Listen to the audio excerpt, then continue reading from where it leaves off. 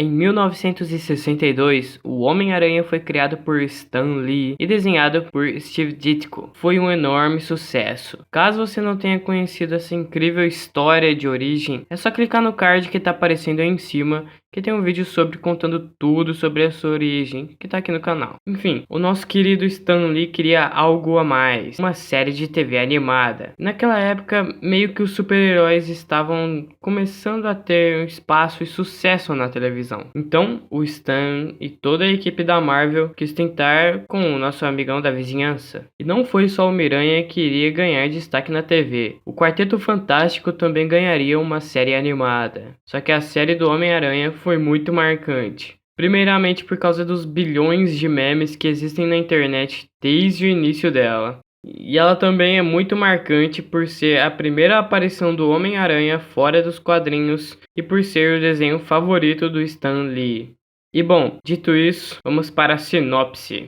A série girava em torno do adolescente Peter Parker, um estudante do ensino médio que desenvolve uma força extraordinária e poderes de aranha após ser picado por uma aranha radioativa. Parker decide se tornar um super-herói fantasiado que luta contra o crime, mas precisa lidar com tragédias familiares, problemas pessoais e a insegurança da juventude. Como o Homem-Aranha, Parker arrisca sua vida para lutar contra criminosos superpoderosos, como o Dr. Octopus, Mistério e o Duende Verde. Peter também é fotógrafo freelance para o Clarim Diário. Mas o editor J. Jonah Jameson considera o Homem-Aranha um criminoso. A primeira temporada tratou principalmente do trabalho de Peter no Clarim Diário, e ele teve um pequeno romance com a Betty Brant, a recepcionista clássica lá do Jameson.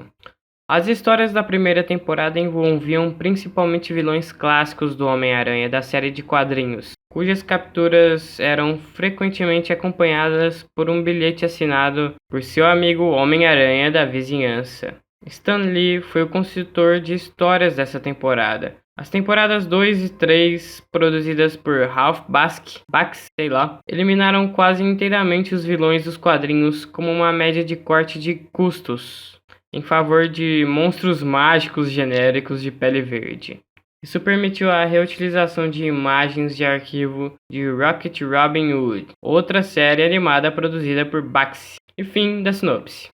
Deu pra perceber que o principal objetivo da série era evitar muitos gastos, que a primeira temporada é infinitamente melhor que as outras duas, já que além de ter envolvimento do Stan Lee, teve todos os vilões do Homem-Aranha que a gente gosta. E por causa dos cortes de gastos, a animação tem muitas cenas repetidas. O traje é bem minimalista, lembrando bastante o traje Stark do Tom Holland. Mas é uma boa animação, e por isso vamos assistir um pouco, né? Vem comigo nessa pequena viagem aos anos 60 e ver como era a animação de fato. Vamos lá. Vamos ver então o primeiro episódio, chamado O Poder do Dr. Octopus. Já começamos com uma coisa bem engraçada. Tipo, o Peter tá rodeando essa coisa aí com seu carro. Mas que tipo de montanha é essa? Digo, ele tá lá de cima e o que ele tá fazendo lá? Bom, deve ser minha perspectiva que tá bugada. Outra caçada inútil de Jameson. Ah, tá explicado. Ele tava lá por causa do Jameson, que provavelmente tava procurando algumas luzes misteriosas pra tirar algumas fotos. Até que de repente uma rocha cai na frente dele. Aí é óbvio que ao invés de frear o carro, ele decidiu virar o volante com tudo. Depois não reclame da vida, hein, Peter? Tomara que aguente até eu fazer essa transformação. E, uou, aqui já é nanotecnologia? A roupa dele apareceu do nada, ué. Brincadeiras à parte, até que ele foi bem esperto descendo o carro. E, a tal luz apareceu e tem um laboratório lá dentro. Mas nem deu tempo de agir, já que era uma cilada. Então, Homem-Aranha, quer dizer que você não é o único que sabe como usar uma teia? Dr. Octopus, essa piada foi ridícula, foi mal. Tá, tô meio confuso com esses tentáculos do doutor. Mas ei, estamos nos anos 60, então faz sentido ser assim, eu acho. E o doutor quer dominar o universo. Não vai ser irônico quando eu arrasar toda esta parte da cidade. É onde eu moro. Para evitar perda de vidas, eu mandei um aviso a Jameson sobre os meus planos. Na verdade, ele deve estar recebendo a carta agora mesmo. Que coisa mais estranha, né? Mas hey, é os anos 60. Resumindo, o plano dele é destruir algumas áreas de Nova York, inclusive onde o Peter mora, né? O Queens. E é isso, esse é o plano para dominar o universo. Pelo menos o doutor aqui se preocupa com as vidas perdidas. E bem, o Jameson aparece pela primeira vez. Eu devo demolir a área marcada no mapa. Aconselho retirar todos os residentes antes da demonstração. Assinado Doutor Polvo. Doutor Polvo? Como assim? Essa era a tradução na época, pessoal, já que Octopus é um tipo de polvo. Mas sério, Doutor Polvo é um péssimo nome para vilão, pelo menos em português, né?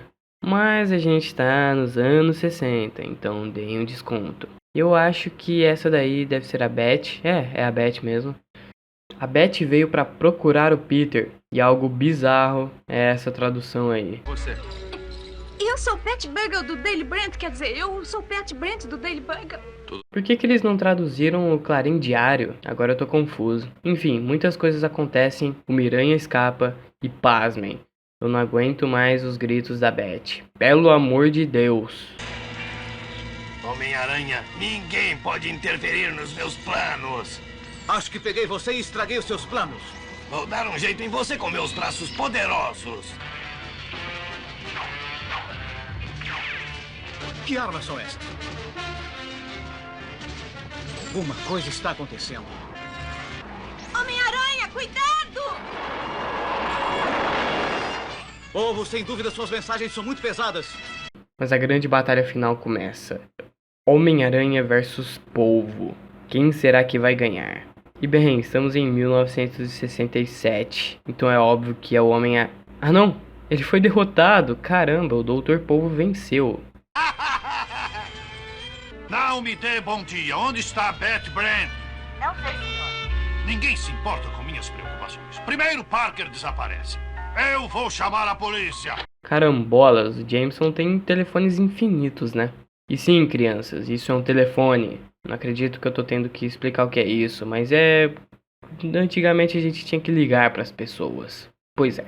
Enfim, de algum jeito, a teia do Homem-Aranha abre o cadeado da Beth e ela vaza para pedir ajuda. Isto pode mudar algumas coisas. Essas malditas coisas, eu não vejo nada. Bom, se você não vê nada, então tira o óculos. E bom, assim acaba o episódio com o Homem-Aranha se balançando pela cidade em uma teia só. E esse foi o primeiro episódio de Homem-Aranha 1967. Essa série é um meme ambulante e ficou muito famosa. E apesar de ser muito simples, é o seriado favorito do nosso querido Stan Lee. Pelo menos a primeira temporada. E bom, no episódio 2 a trama envolve um calor absurdo que está fazendo em Nova York, quando de repente Peter se depara com uma calçada de gelo e tudo ali começa a se tornar de gelo. Quando o homem começa a pedir socorro, já que tem um monstro feito de gelo em sua casa. E é aí que o Homem-Aranha entra em ação no episódio. No episódio chamado Homem-Aranha Abaixo de Zero, Sub-Zero. E esses monstros de gelo, que são vários, são de Plutão, que iam para o seu planeta, mas acabam parando na Terra. Ok, né? E sim, o Plutão ainda era planeta naquela época. Coitado. Vamos ao terceiro episódio. Aqui o Lagarto aparece. E no quarto episódio o Electro e no quinto o Abutre. Enfim, essa série realmente é algo bem simples. E é uma daquelas em que o episódio tem começo, meio e fim, com o vilão da semana sendo derrotado. Mas essa primeira temporada é realmente ótima, comparada com a segunda e a terceira. Infelizmente, o episódio Identidade Dupla, que é famoso pelo meme do Homem-Aranha apontando um para o outro, não existe em português, pelo menos não onde eu achei aqui na internet, mas tem um trecho em inglês no YouTube.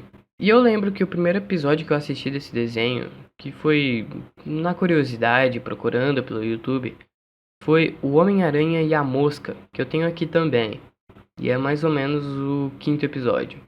e de certo modo é uma referência ao que o Homem-Aranha seria na ideia original do Stan Lee. Se você não entendeu, basta assistir o meu vídeo da origem do Homem-Aranha, tá aí no card. O episódio clássico também é quando um Homem Invisível libera os inimigos do Homem-Aranha da prisão. O Electro, Duende Verde e o Abutre. Esse homem dizia ser o Doutor Ninguém e queria se vingar do Homem-Aranha, já que o mesmo havia o derrotado. E para isso ele juntou os inimigos mortais dele. Mas o Homem-Aranha dá uma surra em um por um e salva o dia, como sempre. Homem-Aranha 1967 foi a primeira aparição do Homem-Aranha fora dos quadrinhos e recebeu uma boa recepção, pelo menos na primeira temporada. E enquanto eu fazia esse vídeo, acabei descobrindo que o ator que dublou o Homem-Aranha na versão original em inglês faleceu esse ano. Ele nasceu em 1930 e atuou muito bem como a primeira adaptação do Homem-Aranha fora dos quadrinhos. Que ele descanse em paz. Enfim, essa foi um pouco da história do Homem-Aranha de 1967. E aguardem que vem muito mais de Homem-Aranha por aí. Acompanhem a playlist Trajetória do Homem-Aranha no meu canal, onde lá estarão vídeos das principais aventuras do personagem em ordem cronológica, desde 1962 até hoje, seja nos quadrinhos, animações e filmes. Muito obrigado por acompanhar esse vídeo e até a próxima.